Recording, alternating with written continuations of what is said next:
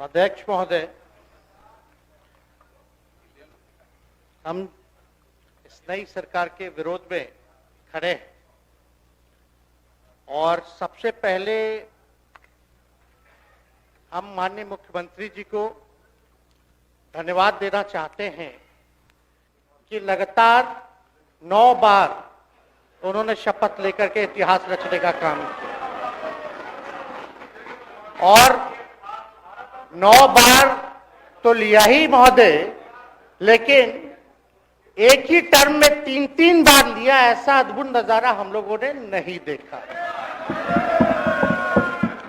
माननीय दोनों सम्राट चौधरी जी डिप्टी सीएम बने, बड़ी खुशी है कि ये डिप्टी सीएम बने। इनका बयान हमने देखा कि भाजपा जो है इनकी मां, भाजपा पार्टी जो है मां, लेकिन हम तो कहना चाहते हैं आरजेडी ना आपकी मां हुई ओरिजिनल। तो आप तो पहले हमारे दल में ही थे। अच्छा चलिए ठीक है, चलिए कोई बात नहीं, आप अस्वीकार कीजिए, लेकिन जनता तो इस बात को जानती है। हमें खुशी है कि साथ में 2 डिप्टी सीएम बने और विजय सिन्हा जी भी डिप्टी सीएम बने, स्पीकर पद पे भी रह लिए, नेता विरोधी दल भी रह लिए और डिप्टी सीएम भी रह लिए। इन्होंने भी इतिहास रच दिया, एक टर्म में 3-3 पद इन्होंने भी पा लिया। तो ये आप सोचे थे कि नहीं विजय बाबू? अरे आपके दिमाग में आया था कि आप एक टर्म में स्पीकर भी, डिप्टी सीएम भी और नेता विरोधी दल भी आप बन गए। तो इसके लिए आप तीनों लोगों को विशेष तौर पे हम बधाई देना चाहते हैं। माननीय मुख्यमंत्री जी हमारे लिए आदरणीय थे, हैं और हमेशा रहेंगे। हम इनकी इज्जत हमेशा करते आए हैं और करते रहेंगे। और हम तो कई बार इनके नेतृत्व में काम करने का मौका मिला और हम लोगों ने काम किया मिलकर के, इसमें कोई दो राय नहीं। आगे हम सारी बात को भी हम अपने आप लोगों के समक्ष जो है रखने का काम करेंगे। अब कई बार माननीय मुख्यमंत्री जी जो हैं इस बात को बोलते रहे हैं कि तुम मेरा बेटा जैसा हो, कई बार बोलते हैं और हम भी अपना मानते हैं, अपने गार्जियन मानते हैं। और आप लोग भगवान राम की चर्चा करते हैं, हम आप सबके मन में तो राम है ही, शांति शांति, लेकिन एक बात समझना पड़ेगा, हम तो नीतीश जी को एक दशरथ जो पिता है उनके रूप में वैसा गार्जियन मानते हैं कि भाई कई बार जो है इन्होंने कई बार आप लोगों के सामने भी बोला अब तो यही करेगा, यही आगे बढ़ेगा।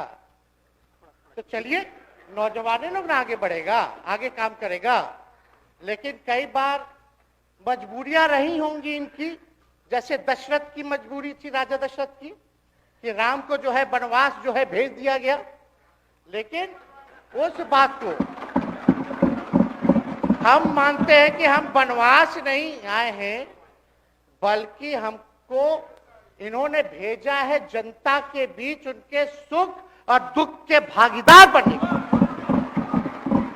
पहले बार ही अपने से दूर किए, वो भी क्या मजबूरियां रही हमको नहीं पता, ना आपको पता, किसी को नहीं पता क्या मजबूरियां रही। लेकिन इन्होंने जब पहली बार जब दूर किया तो एक ही बात निकल के आया। क्या बात निकल के आया कि आप जो है एक्सप्लेन कर दीजिए, आपके ऊपर जो है मुकदमा है, केस है।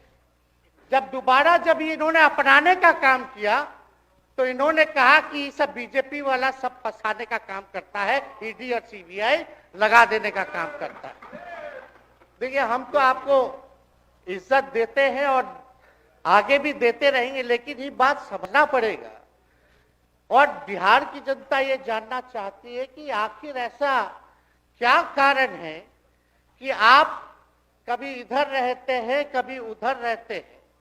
ये तो सब लोग जानना चाहता है, सब लोग की इच्छा है। आखिर क्या ऐसा हो गया कि आपको ये निर्णय लेना पड़ा? 2020 का हम लोग चुनाव जीत करके आए, मात्र बेईमानी के बाद 12,000 का डिफरेंस था पूरे महागठबंधन और एनडीए में। आप क्यों छोड़ के आए? आपने यही बोला था ना कि हम एनडीए इसीलिए छोड़ रहे हैं क्योंकि हमारे पार्टी को तोड़ा जा रहा है, हमारे विधायकों को प्रलोभन दिया जा रहा है। और आपने ये कहा था मर जाएंगे मिट जाएंगी, तो आप कहते ही रहते हैं, हमेशा लगातार ही कहते रहते हैं।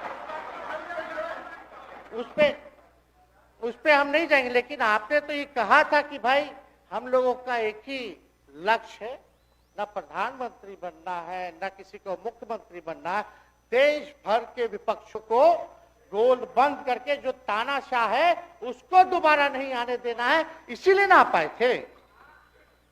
और आप जब गवर्नर हाउस गए महोदय, मुख्यमंत्री जी, जब आप बाहर आए तो आपने बोला कि आपका मन नहीं लग रहा था। आपने ये बोला कि मन नहीं लग रहा था।